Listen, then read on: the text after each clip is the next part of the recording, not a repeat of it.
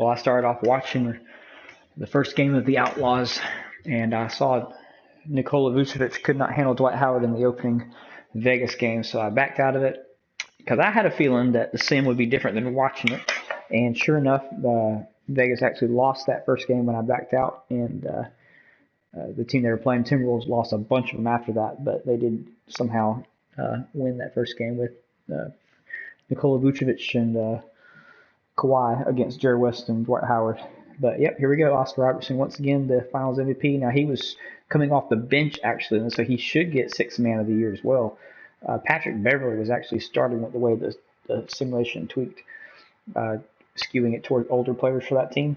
Him and there was another player that was in the 70s. Danilo Gallinari also started for his team. Had the power force by both people at 35 years old. I jumped on to the Hornets. I think the Timberwolves were a little bit below 500, 25 and 26, when I stopped the sim to switch to the Hornets, who was the worst team in the league. You can see they finished with a 24. I feel like you might get a little boost if you're on that team as it's simming. I'm not sure 100% on that. But Charles Barkley, this is, of course, a creative player. Rookie of the Year for the team that was built around him. And Oscar Robertson is his guy. Again, he's Sixth Man of the Year. And Scottie Pippen the team was not built around him, but he was the 37th pick of this draft. So he would be the best player that a team was not built around. He complemented not Trey Young, Steve Nash, very similar player. Most improved is Paul Arizin.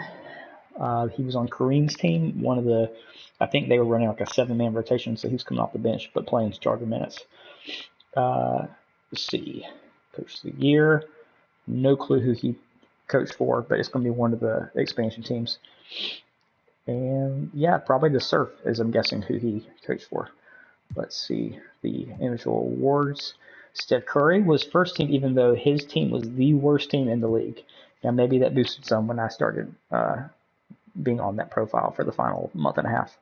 You got Rick Barry, you got Tim Duncan. Rick Barry was on the team built around. That's tough. I don't remember because I've done a few of these, and I don't even want to say one thing because I'm pretty sure I'm off. Karl Anthony Towns was a Witt's death. So again, they got 2 first teams, and they just didn't have the wins. That's wild. Joel Embiid was the second pick for LeBron, the end of that round. So you got the first pick of the draft and then the end of the second round, all on the second team. I knew that felt a little bit stacked. Here's Allen Iverson and Jordan. Of course, these other players all had teams built around them. Man, that Rick Barry's bothering me. Let's see here. Oh, so he was on Barkley's team. Yeah, okay. So Rick Barry, first team, probably was the second pick for the Barkley team. That is also vague in my memory. Let's see here. Gilbert Arenas was one of the later guys taken, actually. Moses Malone was the person his team was built around. James Harden had his own team. Kevin Garnett had his own team. Elgin Baylor actually had his own team in this. Again, the first time I ran this, he was not even anywhere to be seen. Wes Unseld was a later pick as well. He was on Oscar's team. There's some weird things around him getting pulled out. This is a creative player. It's just the roster I used had a really good Larry Hughes. Some of those guys there may have been a worser player as well from the actual game that's somewhere on here, like Lamar Odom's one of those. You got a good version and like the rookie version. John Stockton, Peyton. Karolinko was the final starter with LeBron. Rodman. Wilt Chamberlain had his own team. And yeah, let's see what the playoffs are. You got Dwight Howard and West barely in the play-in. Wilt versus Oscar down here. So there you go. There's your MVP matchup. It's just so strange. And then Mikan against Jordan over on the other play-in. Raptors, Hawks. I know Hakeem is the 9 seed for the Pacers. And it's escaping me who is the Pistons guy. We're going to fly through this.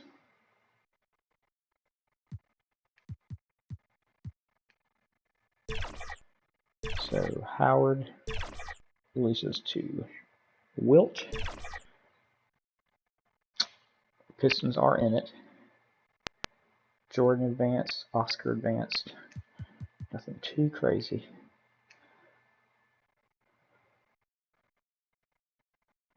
Got upsets. Washington's Edwards and Baylor's team.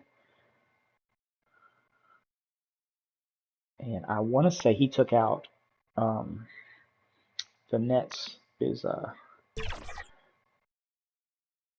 Jason Kidd, Paul Pierce. Jason Tatum actually is, I think, starting, but Pierce gets more minutes off the bench, or the same amount of minutes. Okay, so LeBron is out.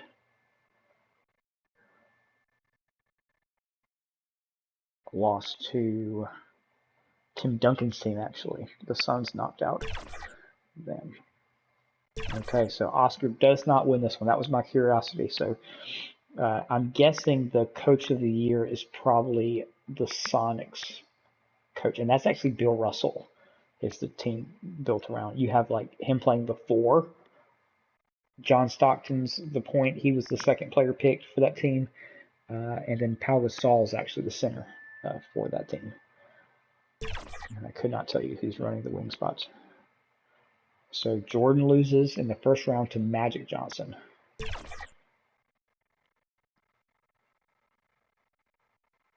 Bulls were a 1 seed, so I got to figure out who's on this Pistons team.